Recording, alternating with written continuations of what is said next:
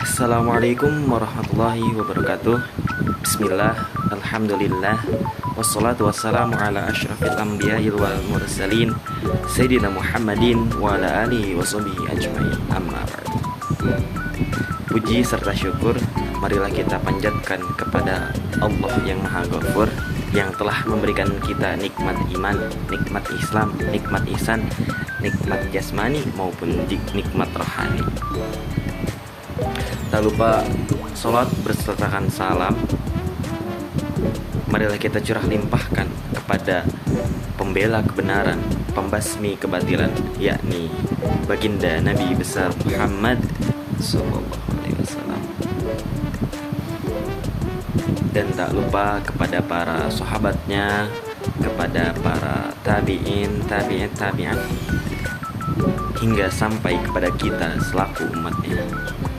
Yang terhormat kepada Bapak dosen pengampu Dr. Ali Muhtaram MSI dan rekan-rekan sekalian yang saya banggakan, izinkan kami dari kelompok 3 untuk memaparkan materi yang bertema pokok-pokok ajaran Islam.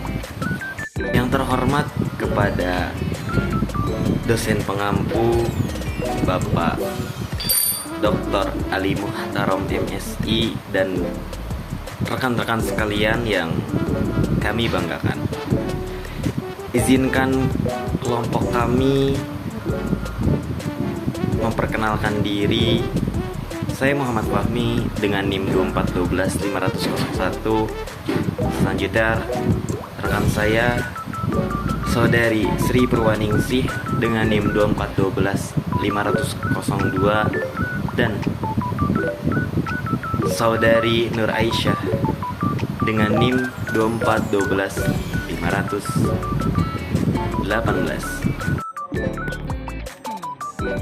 Latar belakang. Di zaman seperti sekarang ini, banyak sekali permasalahan-permasalahan yang terjadi dalam praktek ibadah seorang muslim. Salah satu permasalahan yang kian menjamur adalah menyangkut praktek dasar ajaran Islam. Dasar ajaran Islam yang terdiri dari akidah, syariah, dan akhlak sering sekali dilupakan keterkaitannya. Sudah banyak orang yang melakukan ibadah, namun hanya untuk dipamerkan kepada orang lain.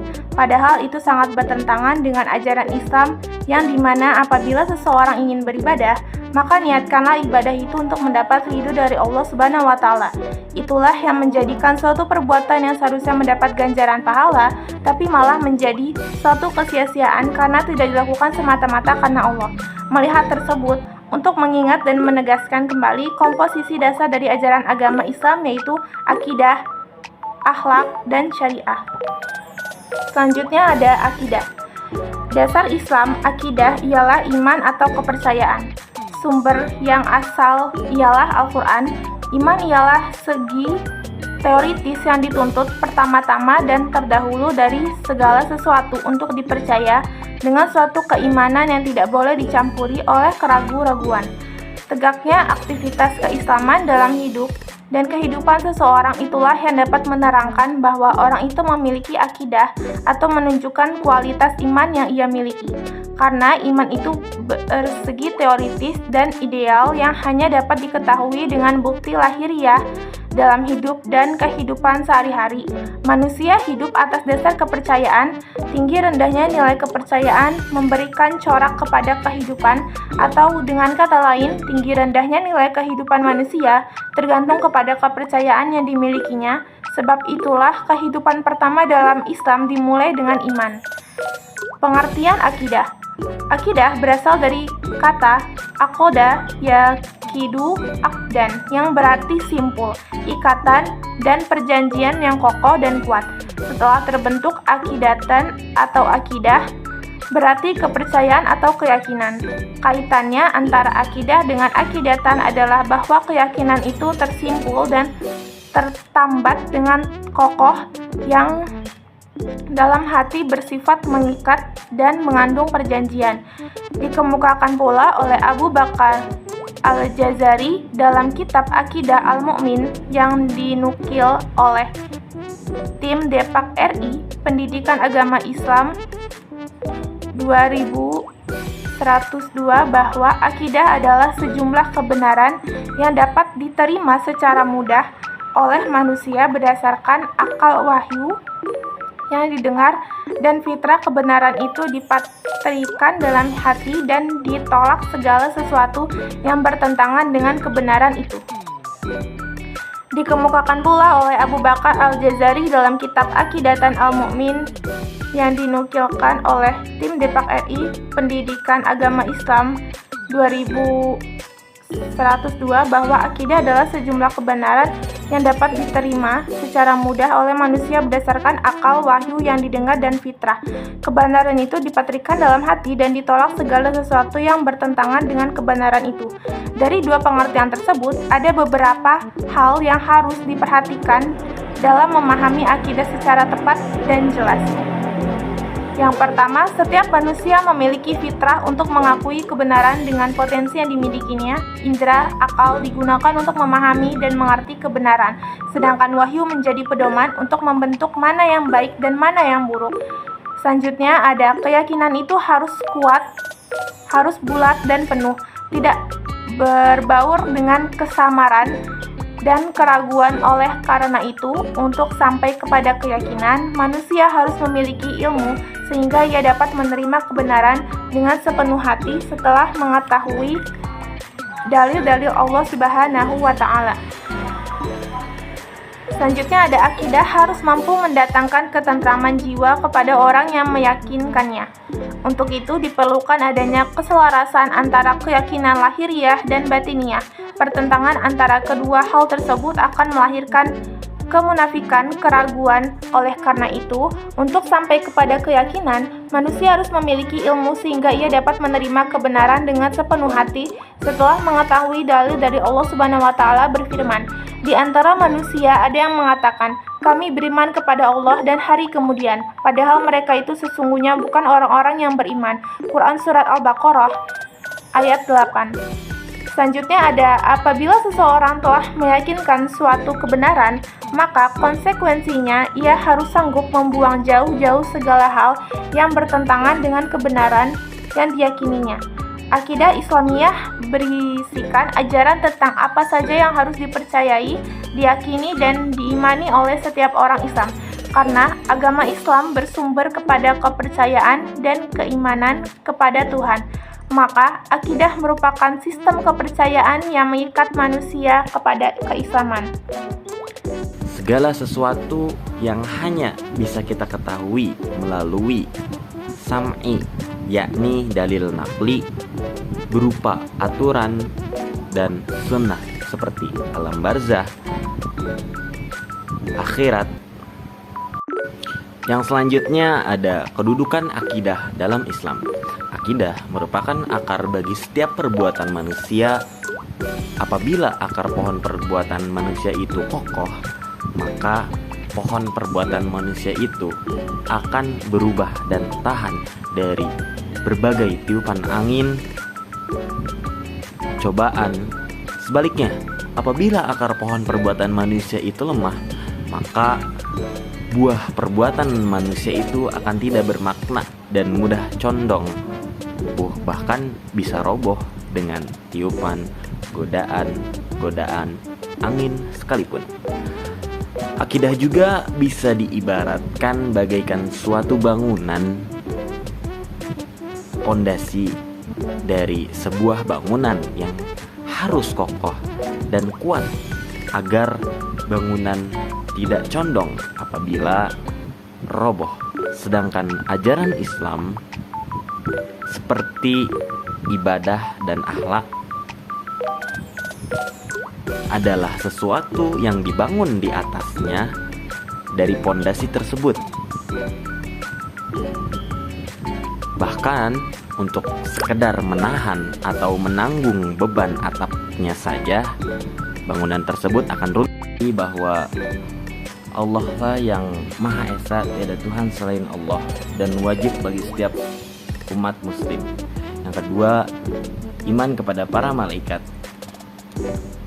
Iman kepada malaikat ini mempercayai bahwa malaikat adalah makhluk Allah yang paling sempurna, makhluk Allah yang diciptakan dari cahaya. Yang ketiga, iman kepada kitab-kitab Allah. Iman kepada kitab-kitab Allah ini mempercayai bahwa adanya kitab-kitab Allah seperti Taurat, Zabur, Injil, dan Al-Quran. Yang kelima, iman kepada hari kiamat. Iman kepada hari kiamat ini mempercayai bahwa adanya hari akhir kelak suatu saat nanti. Yang keenam, iman kepada qada dan qadar. Iman kepada qada dan qadar ini mempercayai bahwa takdir dan keesaan Allah itu memang benar-benar ada. Yang selanjutnya ada syariah. Pengertian syariah. Syariah menurut asal katanya berarti jalan menuju mata air. Syariat Islam berarti jalan yang harus kita tempuh sebagai seorang umat muslim.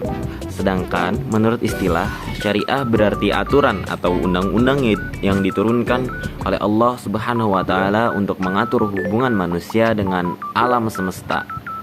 Dengan kata lain, syariah adalah suatu tata cara pengaturan tentang perilaku hidup manusia untuk mencapai keridhaan Allah Subhanahu wa taala sebagai subjek alam semesta sesuai dengan pengertian di atas. Maka syariah mencangkup seluruh aspek kehidupan manusia sebagai individu, masyarakat, dan syariah. Islam mengatur pula tata hubungan seseorang dengan dirinya sendiri untuk mewujudkan sosok individu yang soleh, solehah. Islam mengakui manusia sebagai makhluk sosial.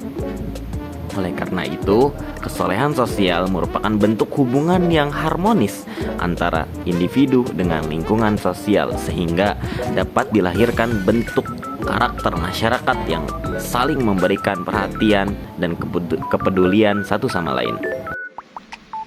Selanjutnya ada ruang lingkup syariah. Ibadah yaitu beberapa peraturan yang mengatur hubungan vertikal hablum minallah, terdiri dari syahadat, sholat, puasa, zakat, haji bagi yang mampu, taharah, mandi, wudhu, tayamum, kurban, sedekah, dan lain-lain. Muamalah yaitu suatu peraturan yang mengatur seseorang dengan lainnya dalam hak tukar-menukar harta, jual beli, dan yang searti diantaranya perdagangan, simpan pinjam, sewa menyewa, penemuan, warisan, wasiat, nafkah, dan lain-lain. Munakah yaitu peraturan masalah hubungan berkeluarga seperti meminang, pernikahan, mas kawin, pemeliharaan anak, perceraian, berbelasungkawa, dan lain-lain. Selanjutnya ada jinayat, yaitu peraturan yang mengatur masalah pidana seperti kisos, diat, kifarat, pembunuhan, penzinaan, narkoba, murtad, khianat dalam berjuang keaslian, dan lain-lain. Selanjutnya ada siyasah, yaitu masalah politik yang intinya adalah amar ma'ruf nahi mungkar. Misalnya, persaudaraan ukhuwah, keadilan adalah tolong menolong, ta'awun toleransi, tasamuh persamaan, musyawarah, kepemimpinan, zai amah, dan lain-lain. Selanjutnya ada akhlak. Pengertian akhlak. Akhlak adalah kondisi mental, hati, batin seseorang yang mempengaruhi perbuatan dan perilaku lahiriah. Apabila kondisi batin seseorang baik dan teraktualisasikan dalam ucapan, perbuatan, dan perilaku yang baik dengan mudah, maka hal ini disebut dengan akhlakul karimah atau akhlak yang terpuji, mahmudah. Jika kondisi batin itu jelek yang teraktualisasikan dalam perkataan, perbuatan, dan tingkah laku yang jelek pula, maka dinamakan akhlak yang tercelak atau akhlak mazmumah. Jika orang yang tidak berakhlakul karimah adalah laksana jasmani tanpa rohani atau sama dengan orang yang sudah mati atau disebut dengan mayat yang berasal dari kata maitatun yang artinya bangkai. Sedangkan lambat laun bangkai akan menimbulkan penyakit. Demikian dengan orang yang tidak berakhlakul karimah, lambat laun akan merusak dirinya dan merusak lingkungannya. Sehingga Nabi diutus oleh Allah semata-mata untuk menyempurnakan akhlak. Hadis riwayat Bukhari. Dalam pandangan Islam, akhlak merupakan cermin daripada jiwa seseorang. Karena itu, akhlak yang baik merupakan dorongan dari keimanan seseorang. Sebab, keimanan harus ditampilkan dalam perilaku nyata sehari-hari. Dapat disimpulkan bahwa akhlak yang baik pada dasarnya adalah akumulasi dari akidah dan syariah yang berstatus secara utuh dalam diri seseorang. Apabila akidah telah memotivasi implementasi syariah Islamiyah, akan terlahir akhlakul karimah. Maksudnya adalah akhlak merupakan perilaku yang tampak apabila syariah Islamiyah telah diaplikasikan berdedikasi akidah. Selanjutnya ada ruang lingkup akhlak, yakni berakhlak kepada Allah, kepada diri sendiri, kepada keluarga, kepada masyarakat, dan berakhlak kepada alam atau lingkungan. Berakhlak kepada Allah, mentauhidkan Allah Subhanahu wa taala, bertakwa kepadanya, beribadah kepadanya, berdoa kepadanya, berzikir kepadanya, bertawakal kepadanya, tawadu kepada Allah, berakhlak kepada diri sendiri, bersabar karena Allah, bersyukur kepada Allah, bersikap benar, bersikap amanah, bersikap qanaah, menerima apa adanya.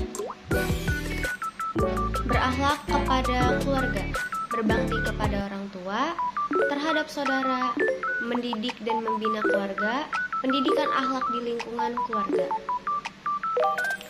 Berakhlak kepada masyarakat, mempertahankan persaudaraan, saling tolong-menolong, bersikap adil, pemurah, penyantun, pemaaf, menepati janji, bermusyawarah. Berakhlak kepada alam atau lingkungan, memelihara ciptaan Allah, memanfaatkan alam dengan benar, memakmurkan alam. Selanjutnya ada pokok-pokok ajaran Islam, ada 3. Yang pertama, iman atau akidah, yaitu keyakinan atau percaya. Yang kedua, syariah adalah suatu tata cara pengaturan atau undang-undang tentang perilaku hidup manusia untuk mencapai keridhaan Allah Subhanahu wa taala. Yang ketiga, akhlak kondisi marital. Batin seseorang yang mempengaruhi perbuatan dan perilaku lahirnya. Jika kondisi batin yang baik, maka akan teraktualisasikan menjadi akhlak mahmudah. Jika kondisi mental yang buruk, maka akan teraktualisasi menjadi akhlak mazmumah.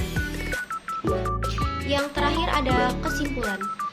Pengertian akidah berasal dari kata ak, pengertian syariah, syayaru, syairan, artinya membuat undang-undang, menerangkan rute perjalanan, adat kebiasaan, jalan raya. Ada ya kudu akdan, yang berarti simpul, ikatan, dan perjanjian yang kokoh dan kuat. Ruang lingkup, pembahasan akidah, ilahiyah, nubuah, ruhaniyah, samiyah, ruang lingkup syariah, ibadah, muamalah, munakat, jinayat, syasah, pengertian akhlak. Akhlak adalah kondisi mental hati batin seseorang yang mempengaruhi perbuatan dan perilaku lahiriah. Ruang lingkup akhlak 7. Pembahasan seputar akhlak ini sangat luas. Namun, penulisan membatasi yakni berakhlak kepada Allah, kepada diri sendiri, kepada keluarga, kepada masyarakat, dan berakhlak kepada alam lingkungan.